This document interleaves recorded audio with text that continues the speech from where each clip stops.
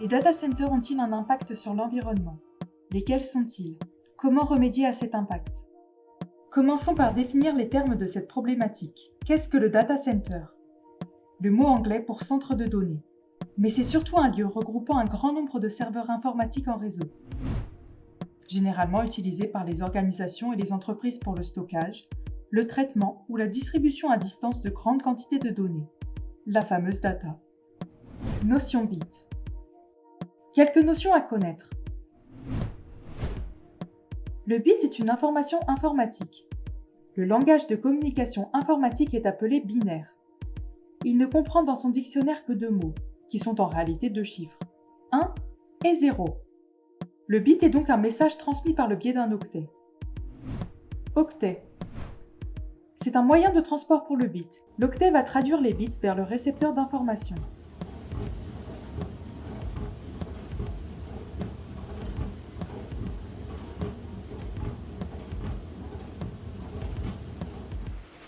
Pour donner un ordre de grandeur en exemple concret, une image a une résolution qui peut être par exemple 2048 par 1536 pixels, soit un total de 3 145 728 pixels. On sait qu'un pixel égale 3 octets.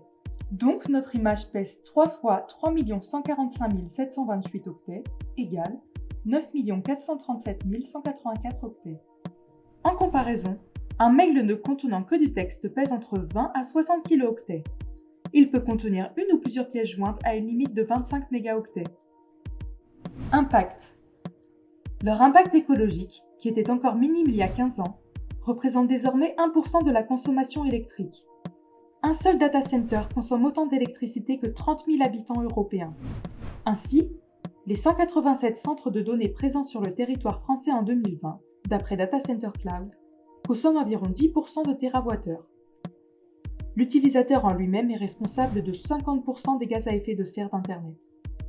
En 2020, on a vu apparaître 30% de data centers en plus.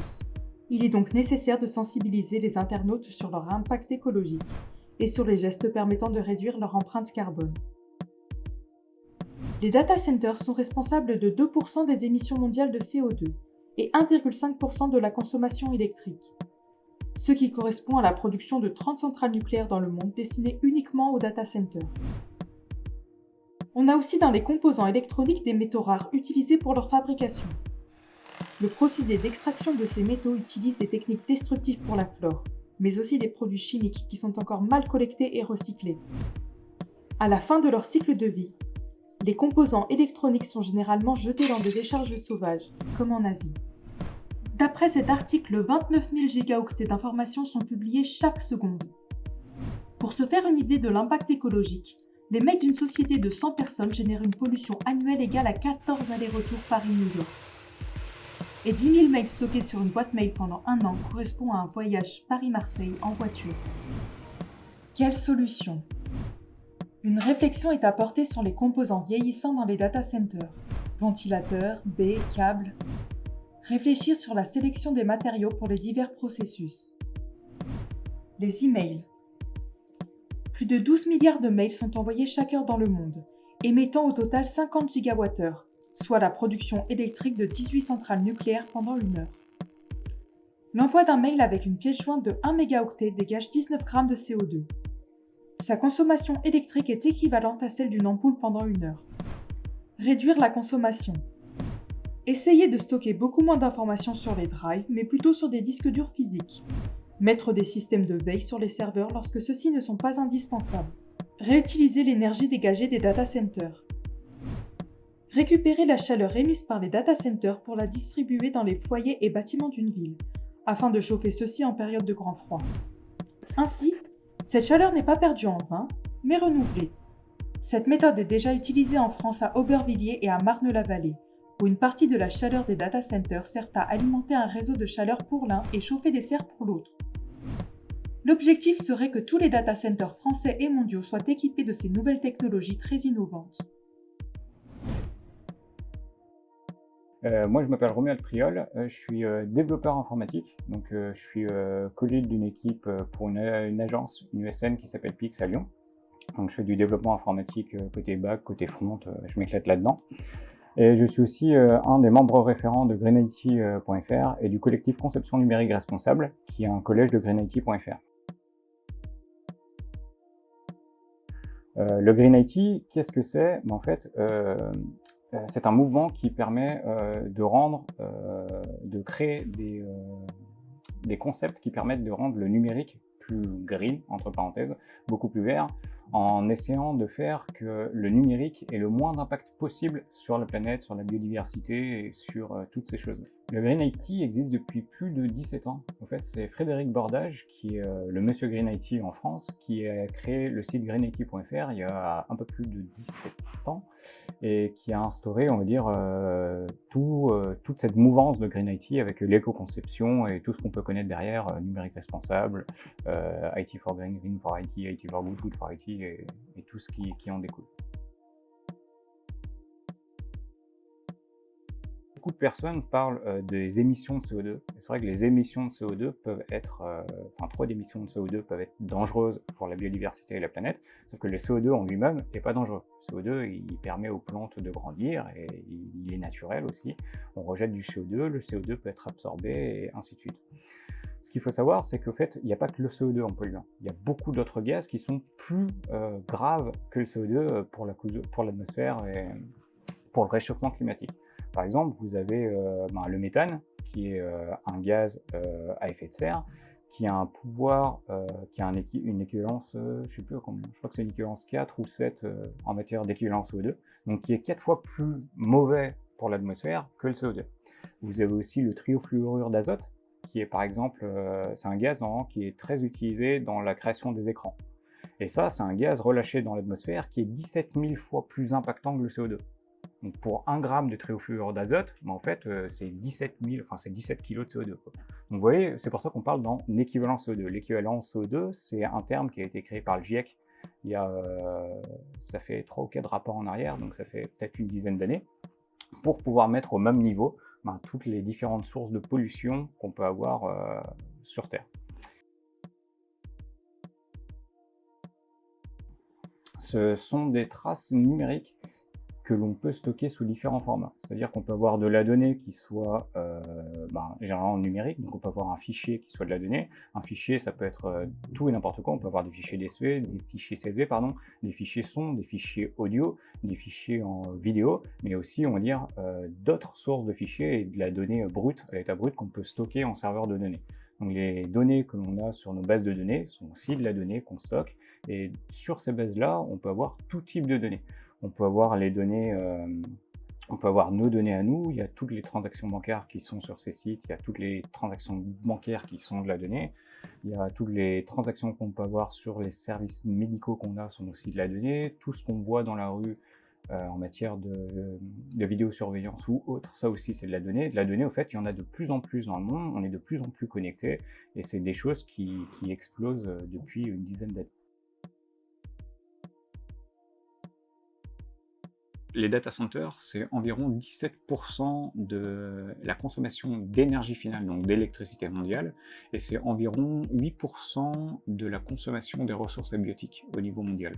Donc on voit que 17% et 8%, par rapport au numérique, c'est pas des chiffres si gros que ça. C'est intéressant parce qu'en fait, il faut comprendre que notre consommation du numérique progresse. C'est qu'on en a parlé tout à l'heure, actuellement, on n'a même pas la moitié du monde qui est connecté. On a de plus en plus de connexions en plus par utilisateur. Donc les utilisateurs connectés le sont de plus en plus. Et on a de plus en plus de personnes qui sont connectées. Donc on aura de plus en plus de personnes qui vont utiliser les data centers, de personnes qui vont utiliser le réseau et de personnes qui vont acheter des périphériques. Donc ça, c'est juste un fait. Du coup, en fait, avec tout ça, la progression du numérique et la consommation du numérique évolue environ de 10% par année, parce qu'en fait, on a de plus en plus d'utilisateurs et on a de plus en plus de données, et tout, en fait, tout progresse.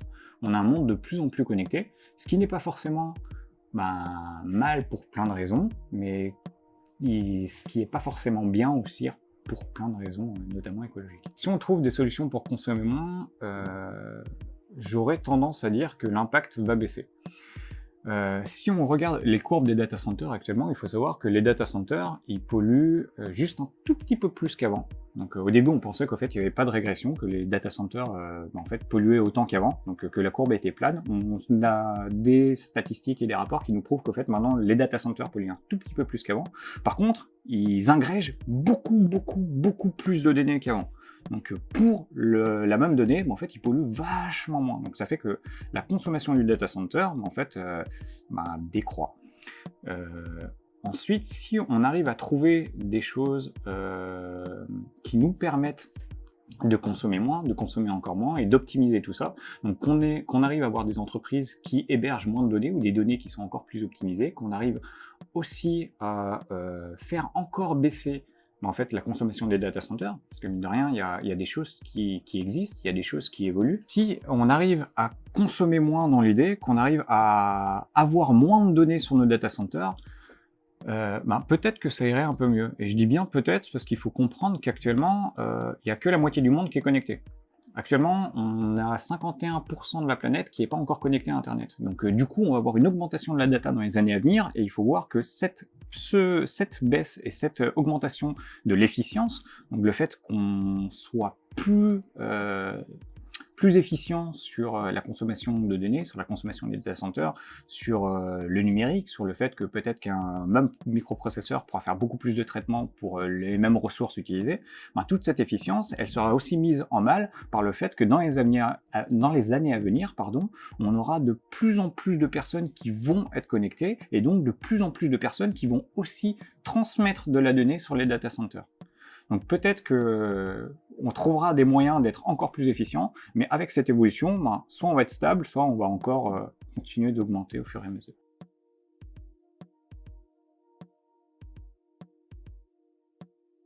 C'est de les former.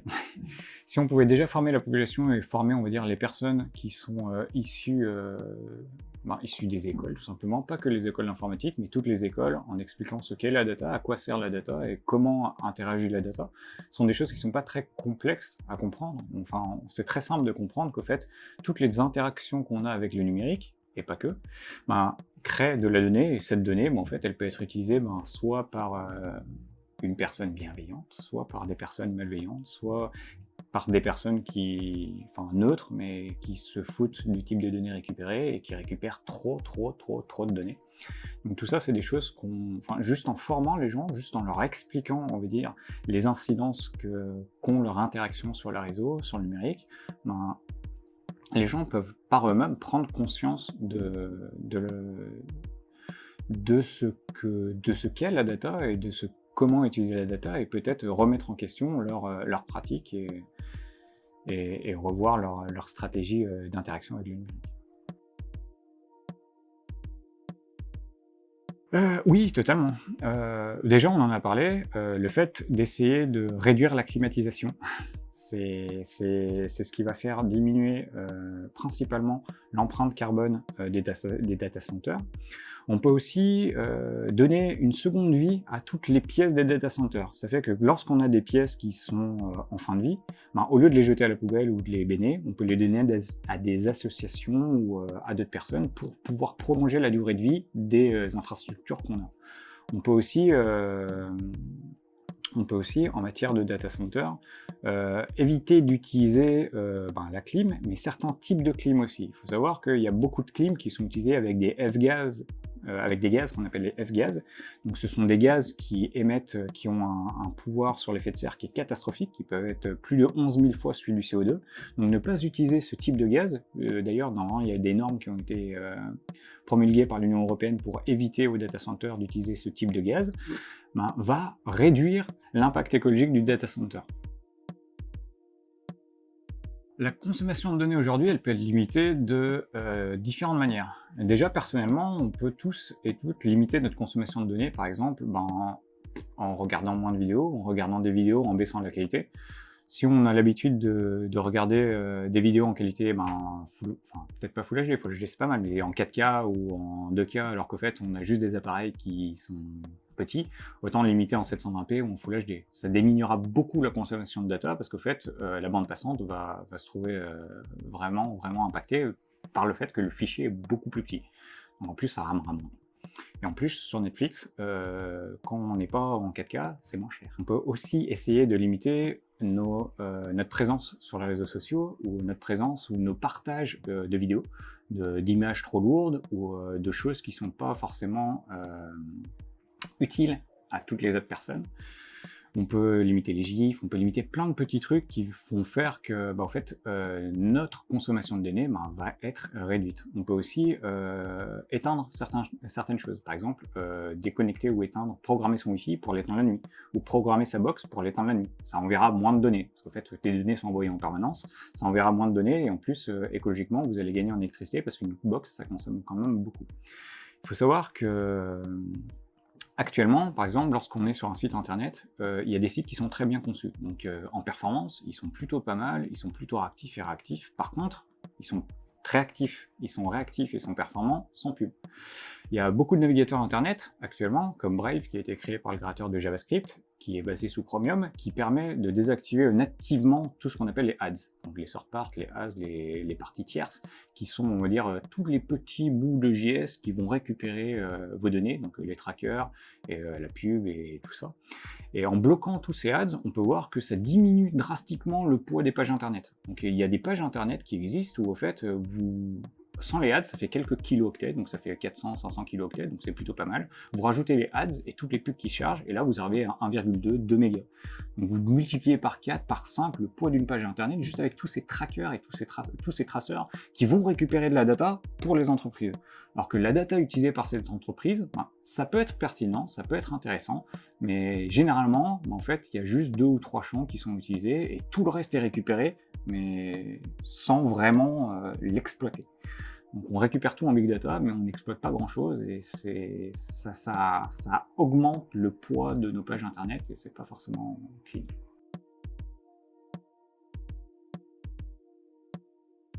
Je pense que la data est vraiment très intéressante. On arrive à avoir plein de stats qui sont vraiment pertinentes de la data.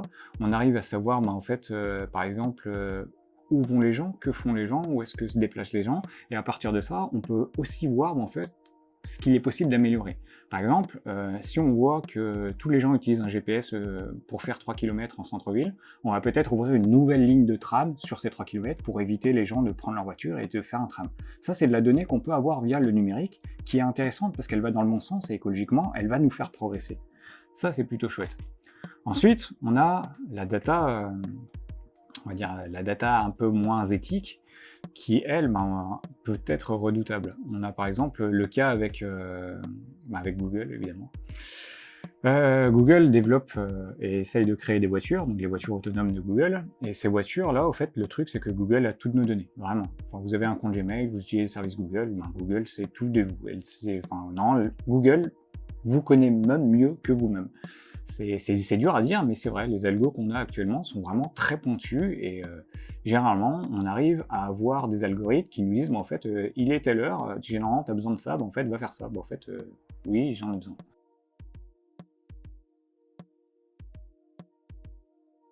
La donnée est utile, elle est utile pour plein de choses, pour la détection, par exemple pour le Covid. Le Covid, on a très bien vu qu'au fait, grâce à l'informatique, grâce aux prédictions d'IA, grâce à tout ce qu'on a actuellement, on arrive à créer des vaccins rapidement, on arrive à simuler, on va dire, des choses très rapidement, et ça, c'est grâce au numérique, c'est grâce à la donnée, c'est grâce à tout ce qu'on a. Par contre, c'est aussi tout l'aspect plus néfaste qu'on a, dans lequel, en fait, il faut faire très attention. Donc, c'est la donnée.